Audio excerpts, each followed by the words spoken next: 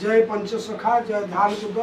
जय संत महापुरुष, विश्वर समस्त साधु संत चरण तले अनंत कोटि प्रणाम। भगवान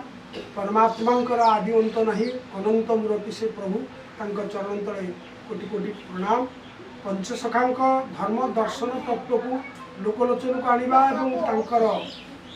भविष्यवाणी कथा को लोकलोचन में पहुँचाइबार गोटे आभिमुख नहीं आम श्री जगन्नाथ और पंचसखा चैनल माध्यम आपण मान को अवगत कराऊँ। आम उत्कलीय महापुरुष पंचसखा जे विश्वविदित एवं सेमानकर तत्व तथ्य जे समग्र विश्व ब्रह्मांड पर स्मरणीय एवं सेमानकर ग्रंथ सेमानकर बाणी सेमानकर कथागाथा बा आध्यात्मिक बाणी गुड़िक जे समग्र विश्व ब्रह्मांड में प्रभाव पकई पारिब लोक उद्धारक बाणी सेमानकर अच्छी एवं आध्यात्मिक चेतना पाई से जो आत्मज्ञान ब्रह्म विद्या प्रदान करछंती से सब कथा आपण माने जानतु एवं तांकर रचित विभिन्न ग्रंथ मानकर तत्व तथ्य सहित तांकर आगत भविष्य बाणी भूत भविष्यवाणी कथा शुणा। आज सौभाग्यर विषय जे आमर ये पंचसखा ध्यानकूद पीठ पवित्र प्रांगण में आमर युव साधु भाव आविर्भूत होती आम उत्कल जे कानू बाबा जांकर कथा गाथा आपण माने विभिन्न चैनल रे सुनी सारिछंती एवं विभिन्न कथा मध्य तांकर अनुभव अनुभूति भविष्य मालिका पंचसखा धर्म दर्शन सहित कहिछंती। सबुठार बड़ कथा होची से प्राची सन्निकटरे तांकर जन्मस्थान प्राची महात्मा महिमा बहु पुरातन प्राची सरस्वती नदी प्राची नदी कूल बहु ऋषि मुनि माने साधना करछंती। मु आपण मान आगु कहूली जो पंचकोशी भितर जितेबले पाद जाजपुर मस्तक श्रीक्षेत्र पर्यंत विराट पुरुषंकर अच्छी कटि कटक नाभि हूँ भुवनेश्वर एवं से उत्तर दक्षिण दिगरे भगवान विराट अनंत शयन करथिला बेले तांकर पश्चिम पूर्व भागर जो पंचकोशी विषय जो सब लीला अच्छी से आपणकर नाभि क्षेत्र भुवनेश्वर आपण प्राची पर्यंत प्राची पंचकोशर परिक्रमा विशेष भाव में बहु कथा अच्छी। माँ जगज्जननी माँ मंगलांकर जो पीठस्थली से मंगला मंडल जड़े महात्मा एवं भावना मध्य पंचसखा धर्म दर्शन बहु कथा गाथा को से विभिन्न भाव में उपस्थापित करी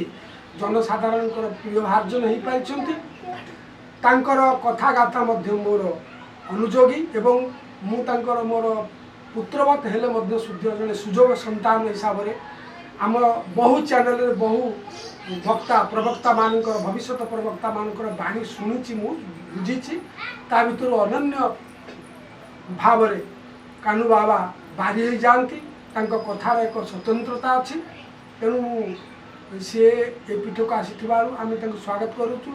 धन्यवाद अर्पण करुचु एवं श्री जगन्नाथ पंचसखा यही चैनल माध्यम आमे आज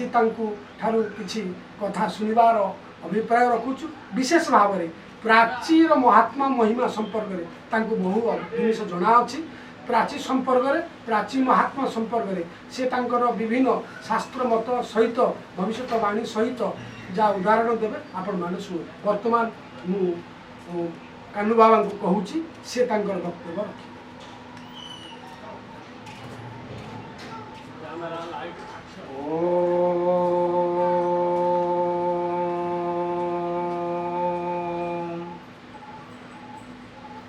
मन्मथ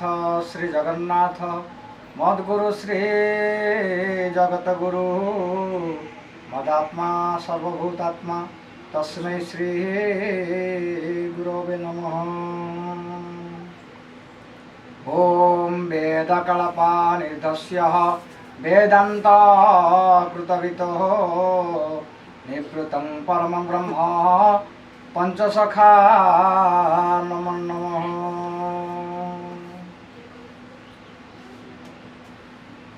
आज पवित्र गुप्त क्षेत्र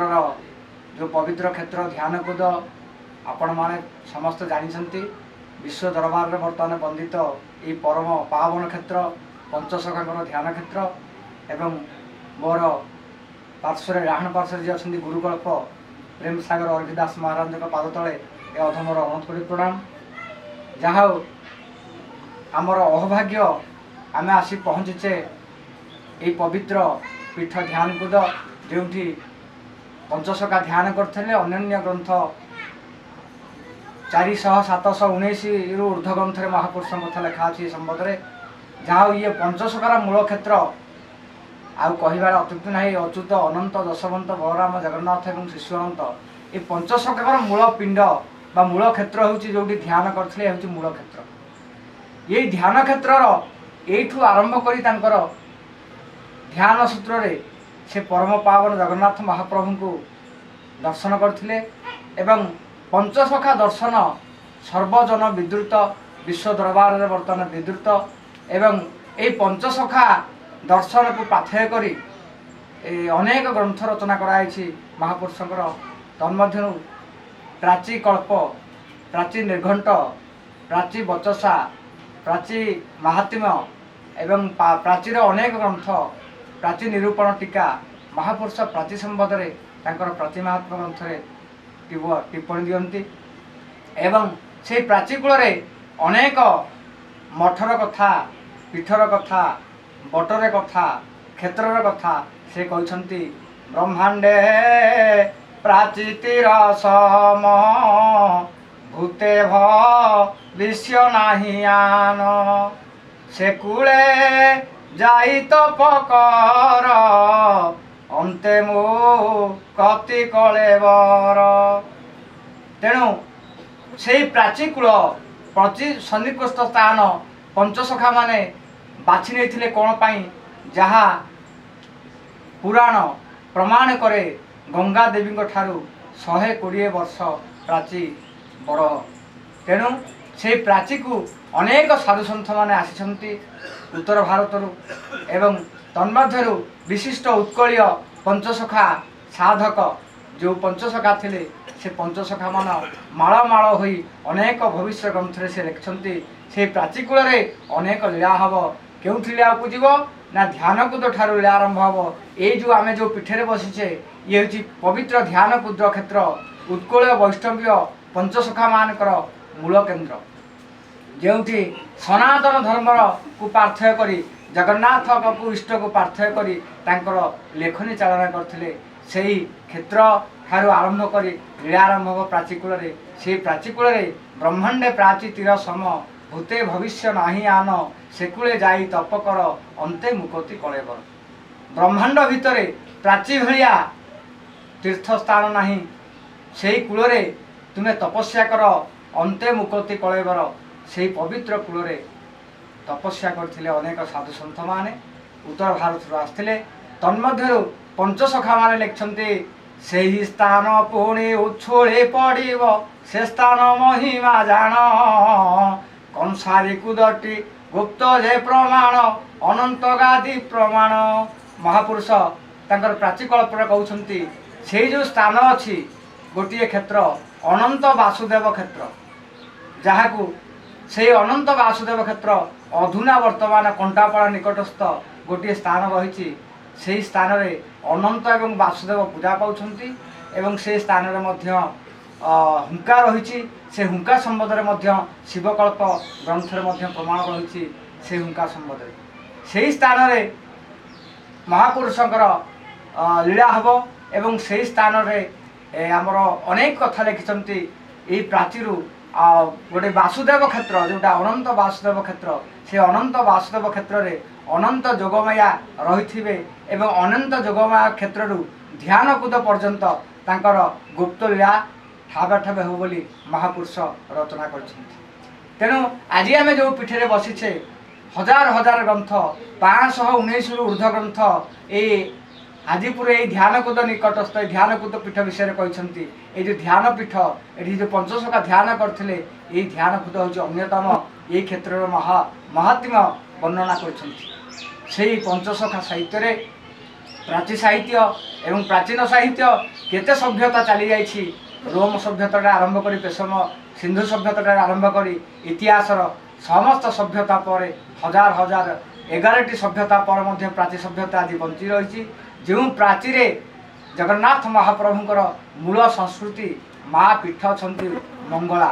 आदिमंगला रही से आदिमंगला क्षेत्र में माँ काकटेई देवी रही एवं जगन्नाथ संस्कृतिर मूल खेदारे आपण मैंने देखिए श्रीमंदिर सत्वलिपि आक्ट अनुसार से मंगला महात्म्य व प्राची मंगला गंडर महात्म्य प्राची महात्म्य से मंगला ठारू ही जगन्नाथ दारूर उत्पत्ति स्थिति लय विलयर कथा लेखाई से प्राची कूल अनेक लीला हम तन्मध्य पंचसखा मान जा स्थान स्थान लीला कर अनेक कथा अच्छी बांकेश्वर महादेव अच्छा गोमती गोकर्णेश्वर अच्छा अंध कपिलेश्वर अच्छा यही भाव में जमती भारत वर्ष में द्वादश ज्योतिर्लिंग अच्छी से द्वादश ज्योतिर्लिंग को आपण दर्शन कले जो पुण्य लाभ करेंगे प्राची कूल कई कहते राम का समय 108 लिंग स्थापन होता एवं कपिल संहितार प्रमाण अच्छी कपिल मुनि से स्थान में 3टी लिंग स्थापन कर अंध कपिलेश्वर नाम परिचित एवं गौतमीय सारतंत्र प्रमाण अच्छी सेठी एक लिंग अच्छी भूदेश्वर महादेव जहाँ कहुए अमरेश्वर महादेव तेणु एमती अनेक कथा के ग्रंथर अच्छी 1008 शिवलिंग एवं अनेक ग्रंथर प्रमाण अच्छी एकेश्वर ठारू लक्षेश्वर पर्यंत लक्षे शिवलिंग एवं कपिल संहितार प्रमाण अच्छी 319 शिवलिंग एवं शैव पुराण प्रमाण अच्छी 108 शिवलिंग एवं दत्तात्रय संहितार प्रमाण अच्छी 419 शिवलिंग कारण प्राची उपरे अनेक गवेषक अनेक दार्शनिक अनेक वैज्ञानिक अनेक भाष्यते विभूतिक अनेक ऐतिहासिक प्राची उपरे वर्तमान गवेषणारत प्राची प्राची संपर्क तो बाबा कहले मोर निवेदन जे प्राची रे रंगमाटी अच्छी द्वादश भुजा माँ अच्छी एवं माँ पार्वती सत्य जुगरे दक्ष यज्ञ बेले माने जितेबाला दक्ष प्रजापति आमंत्रित कर भगवान शिव को से समय माँ पार्वती प्रधानित होते दक्ष यज्ञ को जाते माँ सती दक्ष यज्ञ झाँस देते माँ से फेरी नथिले से प्राची की पड़े आसी रंगमाटी भितर रही से संपर्क में आम टे जाना जो कहीं मालिका से आमर गरुड़ गीता एवं एकाक्षर भविष्य गीतार से कथा वर्णना अच्छी से विषय टी आमको कहे प्राची एक शैव क्षेत्र वास्तविक प्रमाण रही नहीं प्राची मंगला ठारू प्राची क्षेत्र में केते ऋषिमुनि अच्छे तार किसी सीमा नहीं जहाँ कहले कपिल संहिता हो आपंकर अष्टादश पुराण हो राम अवतार राम आसी कृष्ण अवतार कृष्ण आसी प्राची की भगवान माने जितेबाला अच्युतानंद गुरु भक्ति गीतार लिखिं भारत सारीन कृष्ण सेठाकू गमन जाइए एवं प्राची पाखरे भगवान सरस्वज्या होती प्राची निकट में जे स्वरविद्ध होती अपड़ा भूमि प्राची निकट पुरी की लगिकी अच्छी से विषय अच्छी मोर कहबार उद्देश्य होची प्राचीर जो शिव बा जो शिव अच्छा जो द्वादश लिंग माने द्वादश माधव आपण से संपर्क में किसी आमको मत करेंगे जे प्राचीर ये जो द्वादश लिंग द्वादश माधव एमाने नामित होती लिखाई प्राची महात्मा मालिकार भी लिखाई पंचसखा मैंने मालिकार से एकत्रित होते कबीर से आमर गोरेख लोईपा तंतीपा एम मेल होते सभा हाड़ीपा से सभा होता तेणु प्राचीर भितर तत्व तो बहुत अच्छी जो ये पार्वती रही मुह माड़िकी ये हनंग माटीटा उत्पन्न हे द्वादश देवी एवं द्वारपाल जी अच्छा पूजा से घेनुंट माँ गुप्तर अच्छा तेणु से संपर्क में कहवा सहित आमको प्राचीर आउ गभीर महात्मा को टे बुझा हम जहाँ बाबा सुंदर भाव आपन कहले से ता भितर तन्मय होगी बुड़ी अनेक गवेषक आम देखीचु कि तन्मध्य आपड़ जानवे प्रेम सागर अर्पित बाबा स्वतंत्रता रही मालिका पर मालिका अनेक लोक तो अनेक कथा कहते अनेक भी शास्त्र पढ़ी ना कहते शास्त्र संबंध में कहीपर कहते एटा अमुक समक दुनिया कथा कहते पचारे से पढ़ी ना कहते आम तो पढ़ुना आप कौट पाइले ए अनेक कथा कहते कि शास्त्र पढ़ शास्त्र जान जहाँ बाबा सुंदर भाव कहले से रंगमाटीर तत्वटा जो माँ 12 भुजी अच्छा से 12 भुजी ये कली शेषांतर ही परिप्रकाश करेंगे कौ मैंने ना ये श्री जगन्नाथ जो चैनल बर्तमान आसी श्री जगन्नाथ नूतन चैनल कराई महाप्रभुंर पंचसखा यही मध्यम आम बाबा सहायता अनेक साधु सन्त जो मैंने ज्ञानी प्रज्ञा विज्ञ दार्शनिक जो मैंने चाहिए आम सहित जोगदे जापारे ये प्राचीकूल द्वादश माधव अच्छा द्वादश माधव, द्वादश शिवलिंग एवं द्वादश सखी एवं द्वादश बट एवं द्वादश माल एवं द्वादश ताल द्वादश गोष्ठी ये अच्युत पंचसखा मैंने से स्थान लिखिं। तेणु आपण मैंने समस्त जानते द्वादश सर्गरे मुझे 1200 शताब्दी जाऊनी जयदेव गीत गोविंद लिखिं जो द्वादश सर्गरे 12टी सर्गरे गीत गोविंद लिखिं एवं 12 सर्गरे से माधव संबंध लिखिं। ऐसी द्वादश माधव ही प्राची नदी कूल अच्छा प्राची माधव कहुए, दुर्गा माधव कहुए, ललित माधव कहुए, गेंगुनी माधव कहुए, नियाली माधव कहुए, एमती अनेक माधव द्वादश माधव मुख्य तन्मध्यरु किंतु पंचसखा माने से द्वादश माधव पाखे जाई द्वादश शिवलिंग पाखे जाई तांकर मांकर दशभुजा को दर्शन करथिले जोठी अमरेश्वर अछंती त्रेता सत्ययुगर कथा दक्ष राजा आसथिले दक्षंकर गोटे अच्छी से स्थान में दक्ष अलमापुर गोटे लेखा अच्छी चंद्रदे आमर जो लोहिदासंकर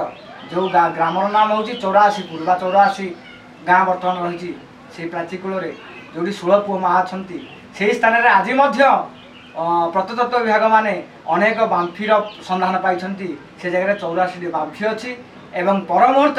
पंचसखा माने अनेक ग्रंथ 22टी ग्रंथ उद्धार करथिले से स्थान में से अनेक कथा आउ अनेक ग्रंथ से जगह अच्छी कलिजुग जब शेष समय आसब कलिजुग शेष समय ये प्राचीर महाखुलासा जी करेंगे से प्राचीर महाखुलासा प्राची संबंध में जार ज्ञान थी महापुरुष 500 वर्ष पूर्व कहते ये मालिका को पूर्वपल्ली रे जे बांटू थे से प्रथम व्यक्ति बा प्रथम महर्षि प्रथम गुरुकल्प सी आउ कहीं नुहति आपण मैंने जानते से होती परम पूज्य नमस्य प्रेम सागर बाबा। ये जो प्राची के आज पूर्वपल्ली रे बांटी अवदान अच्छी एवं माध्यम जहाँ स्वागत योग्य अधम आज पहुँची सहित अनेक बार भेट होती सी होती गुरुपल कथा को आम प्रार्थना कर चलवा कारण घर मुरबी दरकार बर्तमान आम संस्कृति में देखु उत्कलीय वैष्णव गौरीय वैष्णव आम छाड़ी जाए उत्कलीय वैष्णव भितर आमर पंचसखा भितर आज आम क्या मुरबी जड़े मानुने बेली आम भितर आज कार्योपरि हो जगन्नाथ संस्कृति कलुषित हो बसुची कहीं ना आम घर मुरबी की आम स्थिर कर तेणु आम घर जन मुरबी की स्थिर करवा सी अच्युत कथा कहतु अनंत पंचसखा कथा जो मैंने कहते जी आगधारी अच्छा जी वयोज्येष्ठ जी ज्येष्ठ ज्येष्ठ को प्रथम श्रेष्ठता मान्यता दि जाऊ ये हूँ पंचसखार नियम। तेणु आम गहन अच्छा जी गुरुकल्प ध्यान को अर्घित बाबा महाराज प्रेम सागर आम शिखा जाना कारण सी आमर पथ प्रदर्शक सी आमर मेली खुंटी जो खुंटी न रहा संस्कृति आगे पार ना आम भितर भाव रहा दरकार भाव धन्यवाद। आम गहन कानू बाबा तो बहुत कानू बाबा बहुत कल्चर अच्छी बहुत ज्ञान अच्छी जड़े युवक लोक तेज भुज अच्छी कथार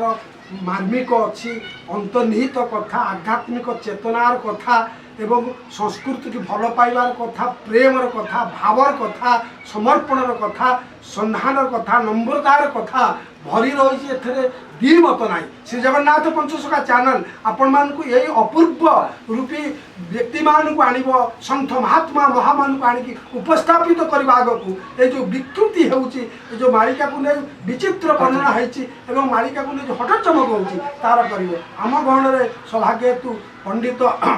महाशय आमर बादल मिश्र शर्मा महोदय जन विशिष्ट पाला गायक